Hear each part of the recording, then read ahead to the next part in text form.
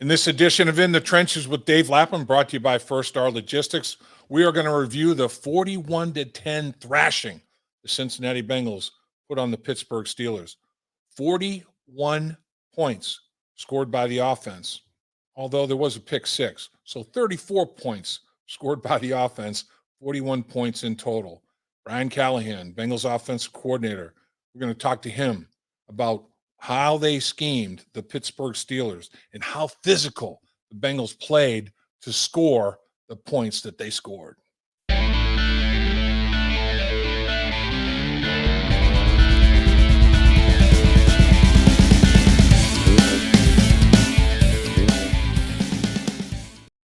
I'm extremely appreciative of First Star Logistics for supporting In the Trenches with Dave Lapham. Now they want to do something for you.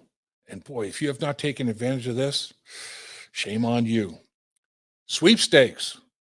All the ways to enter the sweepstakes are right below. And we got some prizes for you. It's right around the holiday season as Santa Claus comes knocking. How about $3,000? $3,000 to go do Christmas shopping, take care of all the family members and friends? That'll work. That'll work big time. What about communicating with family and friends? How about the iPhone 13? Technology at its finest. I don't know if take me a while to figure that out, probably. All right, the next prize. Dinner, Jeff Ruby's, the best steakhouse in the area, the best steakhouse in the country. And you can go to Jeff Ruby's with a significant other, wife, whatever the case may be. I'm going to be taking my wife. The four of us go to dinner, enjoy a nice steak at Jeff Ruby's Steakhouse. And then another prize. Get a signed football, a signed Lapham jersey. How about that? Number 62 in your program a long time ago. And also 2 tickets to a remaining home game. Cincinnati Bengals making that drive to the playoffs, that playoff push. Come one, come all. Take advantage. Enter the sweepstakes. Check out how below. You won't regret it. I want to welcome to the podcast now Bengals offensive coordinator Brian Callahan. Put together a masterful plan against the Pittsburgh Steelers, and coach as a former lineman, an NFL alum of the Cincinnati Bengals. I loved every minute of the Pittsburgh Steelers Cincinnati Bengal game at Paul Brown Stadium as it unfolded. And call me old school or whatever, but man, when you win the line of scrimmage, like you guys won the line of scrimmage up front offensively, that's a beautiful thing to see. Yeah, our guys did a really nice job. I thought Frank put together a really nice run plan for the game, and those guys went out and executed it. And at the end of the day, it's, as you know, as well as anybody up front, it comes down to executing technique and details, and that's what our guys did. And, once you do that part, then the rest of it's just physical and want to and all those types of things. And you get Mixon rolling and running hard and breaking tackles and running through arm tackles. And our guys are moving the line of scrimmage. That was a really well executed game plan up front and by the running backs. Well, watching the physicality of it, displacing that Pittsburgh Steeler front seven vertically, horizontally, having them on the ground. A lot of times, you finish them on the ground. Spain had Bush on roller skates for about 10 yards one play. So you usually have to buy a ticket to take a ride like that. But Spain had him rolling, man. I mean, those kind of things were impressive to see. It was really the physicality of it. Did you think the week of practice and pregame that the offensive line and tight ends and your receivers as well, everybody's going to come out and be physical like that? Yeah, that was part of the plan from the get-go. We challenged our guys. It's AFC North football. The games are usually pretty bloody. That's just how they go over the course of history. Big physical teams, and in this time of year when it matters, and all the teams in our division are in the hunt, we knew that's the type of game we needed, and that's what's required to win our division. There's really no other way to do it, and so our guys have bought into that mindset and mentality, and they've done a really nice job of taking it to the field. It's one thing to talk about it, but our guys have done it. They've walked it. and it's been impressive. And I think they're all buying into the style of play that we have to finish the season out the way we want to. The offensive line was outstanding, and the tight ends as well. This wide receiver core, though, continues to just really block. I mean, Jamar Chase on one of the long runs Joe Mixon had, he came off and saw Joe cut back and then sprinting downfield to get ahead of him to throw a block for him, 20 yards down the football field. And another play you guys designed where T. Higgins, is the crack guy, and Tyler Boyd's one of the lead blockers on. He pulls and Jonah pulls. You guys are doing so many different things. I mean, the zone, the inside zone, the wide zone, the gap scheme, and the wide receivers are a big part of it. Is this as good a wide receiver group in terms of blocking that you've had? Yeah, without a doubt. They're really selfless. They bought into the mantra that they want to be known as the best blocking wide receiving core in the league. They put it on tape. I don't think there's much of a doubt that what they've done has been really impressive. They're physical. They take a ton of pride in it.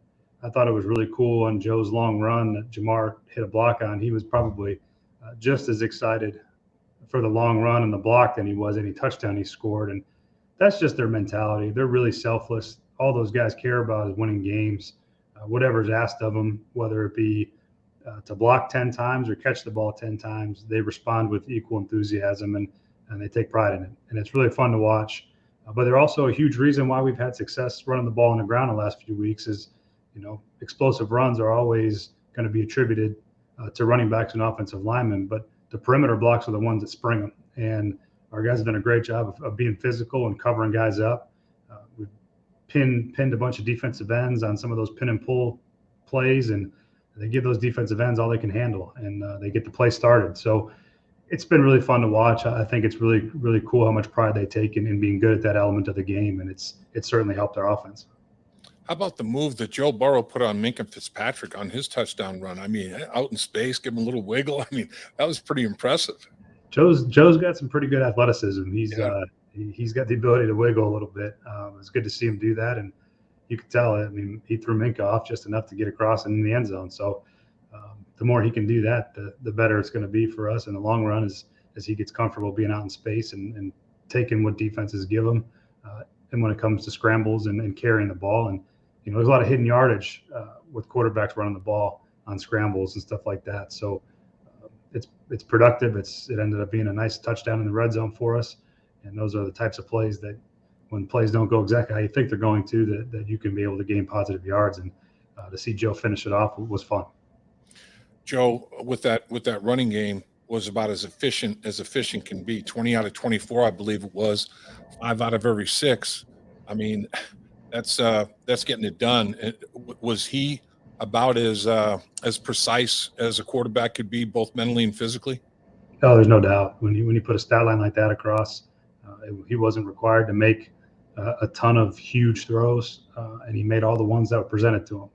And that's an easy way to play football. I think if you ask Joe, he'd probably say that was one of the easier games he's ever had to play. And that's because when you keep the defense on their heels and you match everything up the right way, things become very easy when in the pass game. And I really think he was probably 2 throws. He had one throw that was bad at the line of scrimmage. That was a wide open throw to T. Right. And the interception, I think if something happens differently on that play, then he's really close to playing about as perfect a game as you can play as a quarterback. And that's really encouraging. He's great at that. He takes a lot of pride in being able to execute the game plan, whatever is required of him. If he's got to go out there and throw it 35 times and make 15 great throws to win the game, he can do that.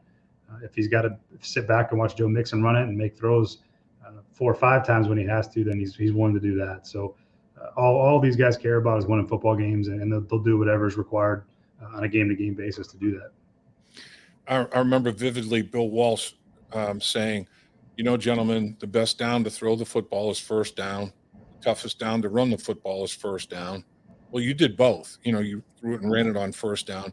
And then his other comment was, when we run the ball for 4 yards, the defense thinks we're kicking their tail. We throw the ball for a 4-yard completion, the defense thinks they're kicking our tail. I laugh about that. He goes, it's 2nd and 6 to me no matter what. And I'm on the same spot on my play sheet, the same place in my game plan. He goes, I'll take that 4 yards all day, every day. We string 3 of those together, boys. We're moving the chains. I mean, that's what it boils down to. Sometimes you have to run to win football games. Sometimes you have to throw to win football games, and that's just what it's all about, right? Yeah, at the end of the day, we want to be efficient. So whenever we have chances to gain 4 more yards, whether it's run or pass, we're gonna take those as often as possible. And then when you get chances and you can scheme some explosive runs, guys break tackles and make explosive runs. You always try to find the explosive plays, however they come. And as long as you're efficient until those plays pop, life is going to be pretty good on offense. And then again, when you have a moment to be aggressive in the pass game and you take it, you do it. And when you get a chance to either scheme or break an explosive run, we try to probe as many ways as we can to find runs that have a chance to go for more than 4 yards. And our guys have done a good job of executing those things. You have so many answers to what defenses are trying to do. You can cause so many problems to people with the weapons that you've got and the way you can scheme those weapons. If they play base defense, you guys spread them out and Joe powers them up. If they go small, with nickel and sub packages, you can still throw it, or you can kind of bunch them in and pound the ball down their throat. I mean, you can do anything necessary. I mean, it has to be a pretty good feeling that during the course of a football game, you may have to, adjust your thought process, but you always have something you can go to. You probably never feel like, oh man, we don't have an answer for that. No, and that's what's been a lot of fun this year is that we've been able to adjust and adapt accordingly in games, and we've been able to play games whichever style that they require and find ways to win. And I think the best teams in the NFL do that, especially as you get closer to the playoffs. And there's weather and there's wind and there's personnel, all the things that go into winning football games. I do think that the best teams have the ability to play a lot of different ways successfully. If you're one-dimensional and are only good at one thing, it does make it easier to take things away. And we've found out this year that, it's pretty hard to take what we want to do away because we can do a lot of it pretty well. And that's always the goal for an offense. And I said earlier in the year, at some point, what do you want people to see from your offense? And I want defensive coordinators to turn the tape on and be fearful of our offense and go, man, what are we going to do to stop these guys? What is the best answer? Because we can play too high, but they'll run it. If they run it, we can try to play single high, but they got receivers on the edge. And if we try to double guys, they still got 3 of them that can get open. So I think that's what you want. You want a defensive coordinator across the league to turn your tape on and go, boy, these guys are really hard to get ready for. And I'm not sure exactly what our answer is to stop all the things that they can do. And that's how you got a pretty dynamic offense. And I think we've shown plenty of glimpses of that, and there's plenty of things that we can improve on. When I observe this football team, the best teams that I was privileged to be part of, from a teammate standpoint and a coach standpoint, I both liked and respected my teammates and my coaches. I think respect's first and foremost, but if you have that double combination there of really enjoying the company and liking your teammates and coaches that are coaching you and respecting what they are and what they're all about and how they handle the game of football. I mean, the sky's the limit, I think. And that's what I see with this football team is there's great chemistry amongst the coaches, great chemistry amongst the players, great chemistry player to coach, great chemistry coach to player. It's on all levels. Do you feel that? Do you sense that, Coach? Absolutely. I think that's what the best teams I've been on have shared those qualities. You got a bunch of guys that really enjoy each other. You got a bunch of coaches and players that communicate effectively, which I think we do.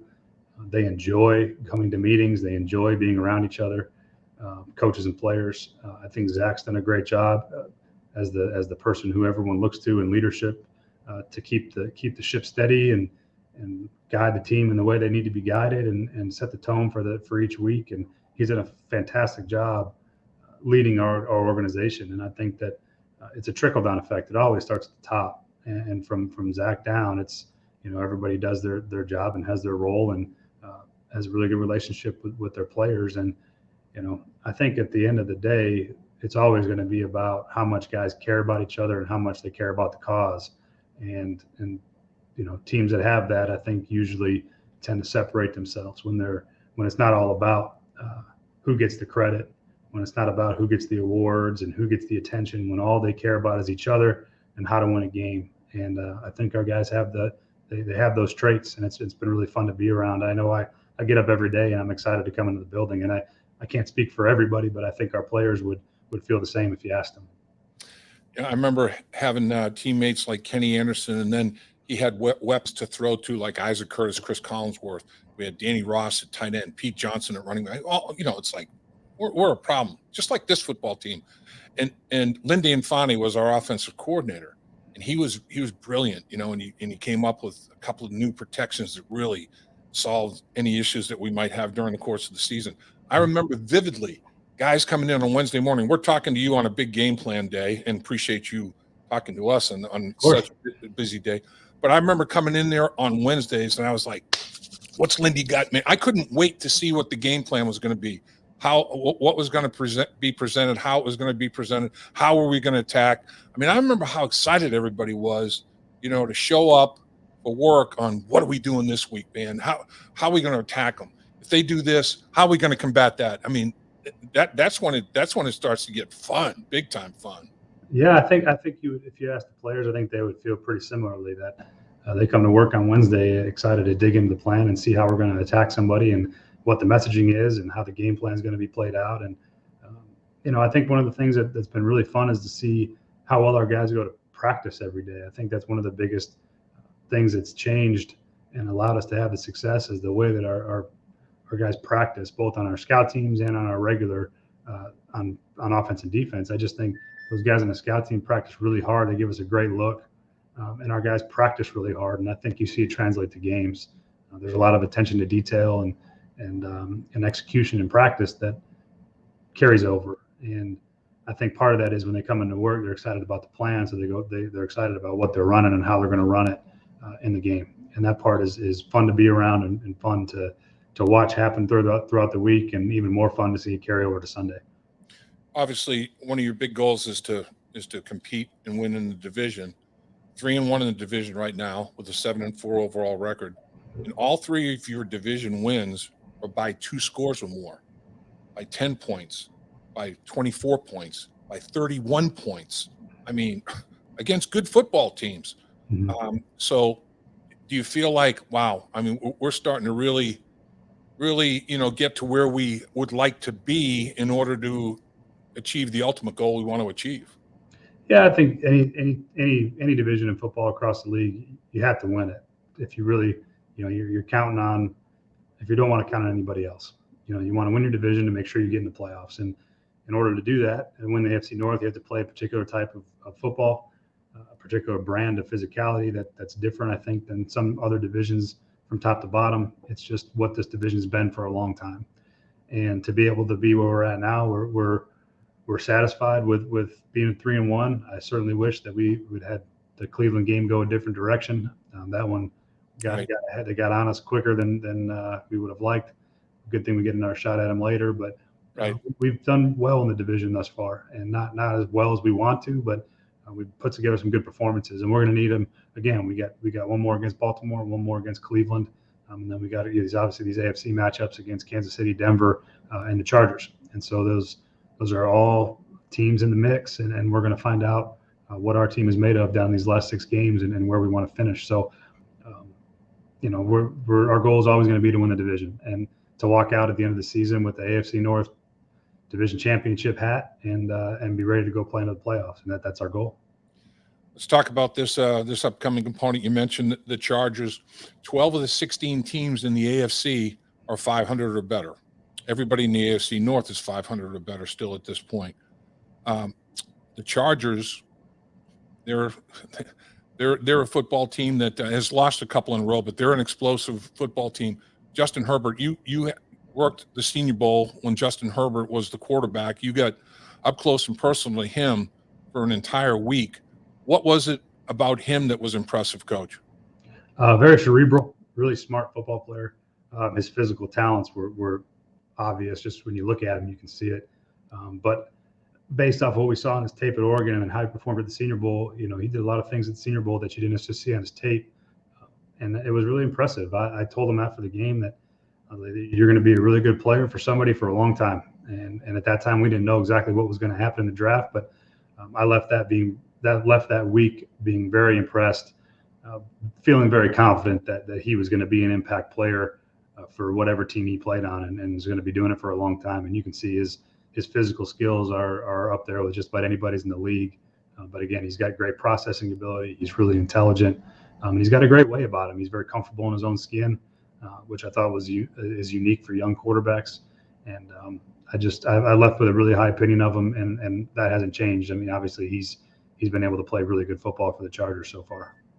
When you look at the Chargers defense on tape, what do you see from a personnel and schematic standpoint that impresses you, Coach? They're multiple. They are multiple fronts. They're multiple coverages. They have a really good way of disguising their coverage structures. So you got to be really on top of it. Post-snap diagnosis of what's happening. A lot of things will happen on the snap as far as what they're going to roll into or roll out of, and they present you a lot of different looks. The front is, they have multiple personnels, multiple fronts. They're in the Vic Fangio style of defense. Brandon Staley spent a lot of years with Vic, and you see a lot of the same principles. And they've evolved it to fit their personnel, but you see that type of defensive structure. They're going to play 5-man fronts and 4-man fronts, and they're going to play sub to 12 personnel, and they're going to play base to 11 personnel, and they're going to play with a 5-man front and 1 linebacker to 11 personnel. There's just a lot of different things they do. They cause you to really have to dial into your plan and have a really good feel for what you want to attack and how you want to attack it. And they got good players. I was with Chris Harris in Denver. He's as fine a nickel defender as there is in football. The young Asante Samuel Jr. has been playing pretty good for him on the edge. Derwin James obviously is as big an impact player at the safety position as there is in football. And then they got a Bosa brother, and those guys are game wreckers. And Bosa's been doing some really good things, and then they got a bunch of guys that play hard. So we got our work cut out for us. It's a good football team. They're in the upper crust of the AFC right now for a reason, and they've played. They put up really a ton of points, and their defense has held people. And then they've, just like everybody in the AFC, they've had games that I'm sure they would like back and didn't play as well as they think they're capable of playing. So, every week is a new week, and I see what I see on tape, and it's a challenging team to get ready for, and a team that's playing pretty good defense. The numbers, and again, you can do a lot of things with numbers. You can make any case you want to make with stats and numbers, obviously. But the numbers say that they're 32nd in the NFL in terms of stopping the run, and they're allowing, I think it's over 140 yards, if I'm not mistaken, 145.3 yards per game on the ground. Is there a distortion or something in there that might make those numbers not quite equate to what you see on tape on a week-to-week basis? Yeah, like I said, the Philadelphia game and Jalen Hurts ran for some yards. Anytime you got quarterback yards that get put up there, it can skew your numbers a little bit as far as what your rush defense actually is. Minnesota's always been a team that's run the ball, but they played some good rushing teams on top of it. Minnesota can run the ball. Denver's run the ball well. New England's running the ball well. So, some of that's a factor of the teams they've faced on top of it. So you look at the tape and you see that they got good players, and they play physical and they play hard. And if we want to run the ball, we're going to have to go out and execute it just like we did last week against Pittsburgh. The rankings are really, when you get to Sunday, are really irrelevant. They paint a picture of where teams might be good or bad, but it doesn't mean anything. Come Sunday, you got to go out and play football, and you got to execute your job and your technique, and hopefully that's an area that we can continue to be successful in, which as we have the last 2 weeks. One thing that was a big point of emphasis, I know, during the bye week was turnovers and turnover ratio. And you come out of the bye at -4, and in these 2 wins since the bye, you're +3.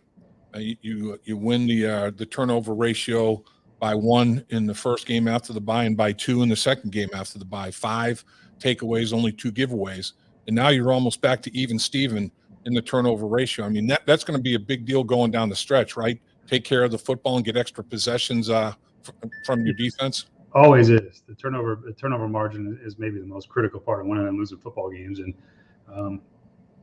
if you turn the ball over, you're not helping yourself. As the old saying goes, sometimes you got to keep yourself from losing before you can win.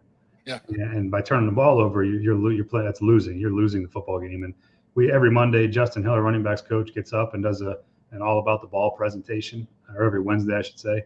Mm-hmm. And it's important, and it just tells you where everybody's at, and the numbers every year bear it out almost exactly the same. And if you're +1, your percentage of winning goes up to a certain point. If you're +2, your percentage is up over 80% to win the game. And so you see all the teams that make the playoffs are always going to be relatively high plus turnover margin. And those are usually the teams in the playoffs, the teams that are into the plus territory, because they don't lose games, and they force other teams to lose games. The other thing that you've been so remarkable at all year, and it continues, only 43 penalties for 361 penalty yards, both best in the National Football League by a good margin. I mean, the average number of penalties right in the middle of it, 16th in the National Football League, is like 63 penalties. You guys are 20 fewer than that. The teams that are struggling are well up into the 80s. So you guys aren't beating yourself, with silly penalties, either pre-snap mental mistakes or sloppy technique with, sloppy hands, bad hand placement, all that sort of thing. How much of a focus has that been, Coach? Was that something that you guys just pounded in from day one and have continued? I think it's more of a result of a process, and that result is, like you just said, it's our guys are playing with good technique. There's a little luck involved too, but I would say we play with good technique and discipline. We have a disciplined offense. Our guys are very understanding of our cadence and snap count. We know how to use it to our advantage, and we know how to not let it beat us. And so you don't see our guys jumping off sides or doing anything silly like that. We don't get a lot of holding calls because our guys play with good technique and use their feet and hands the right way. I think probably both sides of the ball, especially in the back end for the DBs, the guys are playing the technique. And I think that, if you do that consistently, you generally aren't going to have the type of penalties that hurt you because you're in position to make plays the right way, as opposed to trying to make up for poor technique or something like that. So we pointed that out to our players on multiple occasions on how much of a big deal that is. But I think it's a byproduct of trying to do things the right way and playing with the right technique and the right leverages and all those types of things, and being focused and disciplined. And those are winning traits to me. Teams that are focused and teams that are disciplined, and again, teams that don't lose games. You got to not lose the game first, and we've done a good job of doing that. Hakeem Adeniji kind of is settled in at the right guard position. That was the only position in the offensive line that had a little bit of a rotation and revolvement to it because of injury and whatever else. He played well, I thought, in this game against the Pittsburgh Steelers. I thought the physicality was there. Is he ascending on a week-by-week basis? Is he really starting to figure things out pretty well? Yeah, he's played every time he stepped in the field, he's played better. He plays with great balance and control. He's got really good strength. He's got good athleticism, and he fits our scheme the way that we want those guys. He can climb in the second level. He can punch in pass protection. He can move in pass protection as a former tackle. He's played really well, and I'm excited about his trajectory. And like I said, every week he's learned something new, and he's getting better, and he applies it the next week. He's extremely intelligent, and you rarely see Hakeem make the same mistake twice. And so very pleased with how he's stepped in and kind of settled down that spot. And all those guys, we've been fortunate, knock on wood, that we've had mostly the same 5 guys playing for a majority of the season, and hopefully right. That continues. Yeah, there's no doubt about that. Injury factor, knock on wood, is always a big concern, a big deal. At this stage, offensively, at this stage of the season, are you pretty much pleased with where you are? Did you expect anything drastically differently, or is it all kind of progressed to your satisfaction at this point? And what do you like best about where you are offensively? Yeah, I would say I'm pleased with where we're at. I mean, there's certainly things that we got to continue to improve and execute better in certain situations. We've improved our short yardage and our inside the 3-yard line offense. We've been more productive there than we were previously before the bye, and I think that part's been good for us, help us keep drives going. But I do think I'm happy where we're at, and I think guys continue to get better and continue to understand their roles. And I love that we have unselfish players, because every week it could be somebody else's game. TB can go out and have 10 catches, and T goes out for 115 yards, and Jamar has a quiet day, and then Jamar will come out and go for 200. And I mean, it's exciting to have the type of talent we have, and the guys that are unselfish and all they care about is winning games, and they're excited for the other players when they're having success. And I think that's a really cool chemistry to have at this point in the season. And the scheme has been good, and guys have executed what we've asked them to execute. So thus far, I feel really positive about where we're at and where we're headed, and we got to keep that momentum going. Two more home games, 3 in a row. You dismantled the Steelers, and it just, another thing that I noticed is, man, one side of the football was feeding off the other. The people that were cheering the most for the offense when the offense was on the field was the Bengals defensive players, and vice versa. When the turnover occurred, the defense gets it right back and scores. I mean, Mike Hilton with a pick 6. I mean, you can't handle sudden change any better than that. And when you guys are running the ball offensively for 198 yards, you can just see the defense getting juiced up about it. I mean, it's this football team is feeding off each other big time, aren't they, Coach? Yeah, and that's what Zach says all the time and preaches to the team is, we want to be a connected football team. And I think that when you watch our team play and you watch the film and you watch our sideline, it's a team that's connected. They care about each other, and they root for each other's success. And I think that's a big part of what makes our team special. And I think our players feel it, and they really just want to play football. We got a bunch of guys that love playing football. They love playing football together, and really root for each other. And it's a unique quality to have, and it's fun to watch. And I think you just watch our sideline during a game, and I think you feel it. And I think that other teams feel it. Our team feels it, and they feel momentum, and they feel the connectedness of the team. And I think it's pretty awesome. Well, I certainly know the community's excited. There's no doubt about it. There's a lot of buzz going on about the Cincinnati Bengals football team right now. And good luck this week, Coach, against the Chargers. They've got an explosive offense, and so do the Cincinnati Bengals. You think, this could be a high-scoring game, and then they end up turning out to be like 13-10 or something. You never know in this league, but as long as they come out with the dub, Coach, that's what it's all about, and put together a good game plan. And can't thank you enough for taking time to visit with us on a busy workday, sir. You got it. You guys have a good one. At First Star Logistics, we're a very strict company that really puts the pressure on our employees.